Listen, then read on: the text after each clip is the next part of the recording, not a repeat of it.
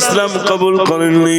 খাপ থেকে নাঙ্গা তলোয়ার বার করে বলেন, আমি মুহাম্মাদের কল্লা কাট। খেজুর গাছের মাথা চলে এলো। হে মুহাম্মদ সাল্লাল্লাহু আলাইহি ওয়াসাল্লাম, খেজুর গাছের মাথা যেমনে ছিল তেমন লাগিয়ে দিতে পারবে? আমরা তাহলে কলমা পড়বো। আল্লাহর নবী সাল্লাল্লাহু আলাইহি ওয়াসাল্লাম বললেন, এ খেজুর গাছের মাথা, তুমি যেমনটি ছিলে তেমন হয়ে যাও। তেমন হয়ে গেল, তথাপিও তাদের নসিবে কলমা জুটলো না। আল্লাহ রাব্বুল আলামিন বলেন, হাবিব, আপনি দুঃখ পাবেন না, আপনি কষ্ট পাবেন না। আপনি হলেন দাওয়াত দেনেওয়ালা, আর আমি আল্লাহ হলাম হেদায়েত দেনেওয়ালা। হেদায়েত দেনেওয়ালা কে? আল্লাহ। এমনকি নবীজি কুস্তি লড়েছেন। মক্কার বুকে মানে কুস্তিগার লোক ছিল, যার পিঠ মক্কার কোন মানুষ মাটিতে শোয়াতে পারে, মাটিতে লাগাতে পারে না। নবীজি পাহাড় চূড়া দিয়ে যাচ্ছে, হযরতে আবু বকর সিদ্দিক রাদিয়াল্লাহু তাআলা ভয় পেলেন, সর্বনাশ, ওইদিকে তো সেই পেলওয়ানের বাড়ি, নবী ওদিক যাই কেন? পেলওয়ানের কাছে গেলেন দাওয়াত দিতে, তুমি বলো লা ইলাহা ইল্লাল্লাহ, তুমি বলো নেই কোনো মাবুদ আল্লাহ ছাড়া, এক আল্লাহকে তুমি মেনে নাও। পেলওয়ান বলছে, আমি এটা বলবো, তবে আমার সঙ্গে তোমাকে কুস্তি লড়া লাগবে। যদি কুস্তিতে তুমি আমার পিঠটা মাটিতে লাগাতে পারো, তাহলে আমি তোমাকে নবী বলে মানবো, তোমার আল্লাহকে মানবো। তুমি কি রাজি আছো? আল্লাহর নবী সাল্লাল্লাহু আলাইহি ওয়াসাল্লাম বলে, আমি তোমার সঙ্গে কুস্তি লড়তে রাজি আছি, তবে কি তুমি কলমা পড়বে? বলছে, আমার একটাই শর্ত, আমার পিঠ যদি মাটিতে লাগাতে পারো তাহলে আমি কলমা পড়বো। তোমার কি জানা আছে, এই মক্কার বুকে তেমন কোন মানুষ আজও পয়দা হয় নাই যে আমার পিঠ সে মাটিতে ঠেকাবে, এমন মানুষ পয়দা হয় নাই। তুমি কি পারবে? তাহলে কিরকম পেলওয়ান? নবীজি তার কাছে গেছেন কলমা পড়তে, যে তুমি এক আল্লাহকে মেনে, সে বলে আমার সঙ্গে কুস্তি লড়তে। যদি কুস্তি লড়েন তাহলে আমি কলমা পড়ব, আমাকে হারাতে হবে, শুধু কুস্তি লড়লে হবে না, হারাতে হবে। ভাইরা আমার বললেন, ঠিক আছে আমি রাজি, কুস্তি শুরু হবে। ভাইরা আমার রাসূল করিম সাল্লাল্লাহু আলাইহি ওয়াসাল্লাম জি ধরলেন, জমিনে পড়ে গেল। একটু জোরে বলো না সুবহানাল্লাহ। আমার রাসূলের সঙ্গে লাগবে। ভাইরা আমার রাসূল ধরলেন, পড়ে গেল। সে চিন্তা করে, আরে মক্কার বুকে এমন মানুষ হই নাই যে আমার পিঠ মাটিতে ফেলবে, এ কেমন মানুষ? বলে, মুহাম্মদ সাল্লাল্লাহু আলাইহি ওয়াসাল্লাম, আমি আগে ধরে নেব, তখন আমি বুঝতে পারিনি তুমি আমাকে ফেলে নিয়েছো। এবার আমি কায়দা করে ধরে নেব, তারপরে তুমি আমার সঙ্গে শুরু করবে, আমাকে ফেলবে। ভাইরা আমার এবার পেলওয়ান ভালো করে ধরে নিল। নবীজি বললেন, রেডি? বলে, হ্যাঁ রেডি। সঙ্গে সঙ্গে আমার পড়ে গেল। সে অবাক হয়ে গেল, আরে আমি তো এমন কাউকে দেখিনি, মনে হয় জাদু করবে, তার নসিবে কলমা জুটলো না। নবীজি মনটি খারাপ করলেন, আমি এই মানুষগুলোর কাছে ইসলামের দাওয়াত দিয়ে গেলাম, কিন্তু তাদের তো কলমা তারা পড়তে চায় না, বরং আমার সঙ্গে তা প্রতারণা করে। আল্লাহ শাসনা দিবেন, হাবিব আপনি দুঃখ পাবেন না, আমার হাবিব আপনি দুঃখ পাবেন না, দুঃখ পাবেন না। আপনি বলেন দাওয়াত দেনেওয়ালা, আর আমি আল্লাহ হলাম হেদায়েত দেনেওয়ালা। একটু জোরে বলুন না সুবহানাল্লাহ। ভাইরা আমার, বিশ্ব নবী সাল্লাল্লাহু আলাইহি ওয়াসাল্লাম 30টা বছর ধরে মানুষের কাছে দাওয়াত দিয়েছেন, লা ইলাহা ইল্লাল্লাহ, নেই কোনো মাবুদ আল্লাহ ছাড়া। ও সোনার ভাইরা আমার, শুধু দাওয়াত দিয়েছে, গোপনে গোপনে মানুষের কাছে গেছেন না। তো আবু জেহেলের লস্কর রইল, আবু জেহেলের সৈন্য রইল, তারা না জানি আমার উপরে আক্রমণ করে কিনা। নবীজি গোপনে গোপনে ইসলামের দাওয়াত দিয়েছেন। আস্তে আস্তে 2-4টে মানুষ তার ইসলাম কবুল করতে শুরু করেছেন। এমন সময় দারুন নাদওয়া বলে একটি জায়গা, মক্কা শরীফের কাফেরদের, আমাদের দিকে যেমন গ্রামে ক্লাব থাকে, থাকে না ভাই? গ্রামে ক্লাব থাকে, ওখান যেখানে যুবকদের আড্ডা, যুবকরা যা বলবে তাই, ক্লাবের যিনি সেক্রেটারি যা বলবে গায়ের মানুষের তাই শুনতে হয় না, হয় না। মক্কার বুকে একটি জায়গা ছিল, যে জায়গাটার নাম দারুন নাদওয়া। কাফেরদের ওই দারুন নাদওয়া, যেখানে ময়দানে মিটিং হতো, বিচার আচার হতো, তার লিডার ছিল যার নাম আবু জেহেল। কি নাম? আবু জেহেল লিডার ছিল। সে দারুন নদয় মিটিং করলো। এই মুহাম্মদ সাল্লাল্লাহু আলাইহি ওয়াসাল্লাম তার নিজে ধর্ম সে মানুষের কাছে প্রচার করে বেড়ায়। আমাদের দেবদেবীগুলো, আমাদের যাদেরকে আমরা মাবুদ বলি, যাদেরকে আমরা স্রষ্টা বলি, তাদেরকে মানতে চাই না। এক কাজ করো তো, গোপনে গোপনে মানুষের কাছে ইসলামের দাওয়াত দিচ্ছে। মানুষ যদি ওর দলে চলে যায় তাহলে আমাদের নেতৃত্ব শেষ হয়ে যাবে। কি করে যায় বলো? ভাইরা আমার, তারা মিটিং করলো, মুহাম্মাদের কল্লা কাটতে হবে। কে কাটবে বলো? সেই সময় হযরত ওমর ফারুক রাদিয়াল্লাহু তাআলা ইসলাম কবুল করেননি। খাপ থেকে নাঙ্গা তলোয়ার বার করে বলেন, আমি মুহাম্মাদের কল্লা কাটবো। হযরত ওমর ফারুক রাদিয়াল্লাহু তাআলা ইসলাম কবুল করেননি। খাপ থেকে নাঙ্গা তলোয়ার বার করে বলেন, আমি মুহাম্মাদের কল্লা কাটবো। 100 উট নেব। কটা উট ভাই? 100 উট। আমি ওখানে একটা গজল লিখেছিলাম। খাপ থেকে নাঙ্গা তলোয়ার যখন বার করে হযরত ওমর, তখন ইসলাম কবুল করেনি। তিনি বলছে, সঙ্গে সঙ্গে ওমর বলে, আমি চালাবো মুহাম্মদকে, আমি গিয়ে কতল করিব। প্রতিমধ্যে নইবায়ের সাথে দেখা হয়, ঘরের কথা শুনি ওমর আগুন হয়। রাস্তা দিয়ে যাচ্ছেন, হযরত নঈমের সঙ্গে দেখা। হযরত ওমর তখন ইসলাম কবুল করেননি, হযরত নঈম ইসলাম কবুল করেছেন। তো তিনি বলছে, ওমর কোথায় যাও? এই তলোয়ার নিয়ে।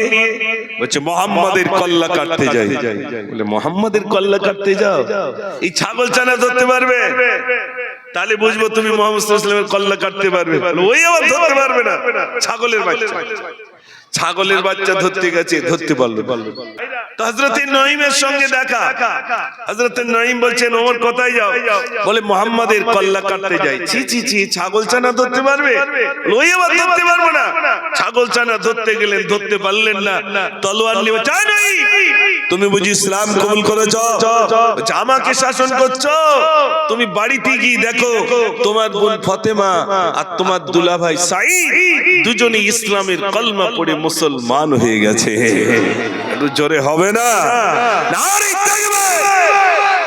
বাড়িতে গিয়ে দেখছে বোন কলমা পড়েছে। বলছে, আমার বোন কলমা পড়ে? বলছে, হ্যাঁ, তোমার বোন আর তোমার বোনাই, বোনের নাম সাঈদ আর তোমার বোন ফাতেমা দুজনেই কলমা পড়েছে।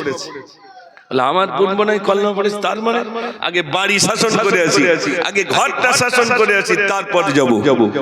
ঘরের দিকে যাচ্ছে, বোনের ঘরের দরজায় আওয়াজ দিচ্ছেন, ফাতেমা। বোন বুঝতে পেরেছে ভাইজান এসেছে। তলোয়ার নিয়ে ছুটে গিয়ে ফাতিমার ঘরে, ডাকে তারা দুজনে কোরআন পড়ে। ওমর গিয়ে বেধড়ক মেরে মেরে যায়। বোন বলছে, ভাই তুমি যতই মারো নবী ভুলি না। জোরে বলুন না সুবহানাল্লাহ। ও ভাই, মেরে মেরে শেষ করে দিল। ইসলামের কলমা ভুলছি না, ভুলবো না। ভাই বলছে, সর্বনাশ। ওমর যে রাস্তায় যেতেন সেই রাস্তায় শয়তান যেত না। তাহলে কিরকম রাগী। ওমর বোনকে পেটাই করছে, পেটাই করতে করতে তলোয়ারের উল্টো পিঠ দিয়ে পেটাই করছে। এখন বলছে, বোন তুমি কি পড়ছিলে? বলছে, ভাই আমি কোরআন পাক পড়ছিলাম। জোরে বলুন না সুবহানাল্লাহ। তখন গোটা কোরআন একসাথে আসেনি, পাথরে লেখা আয়াতে কারিমা। একটা পাথরে একটা আয়াত লেখা, একটা আয়াত দেখালেন, এই সেই পাথর।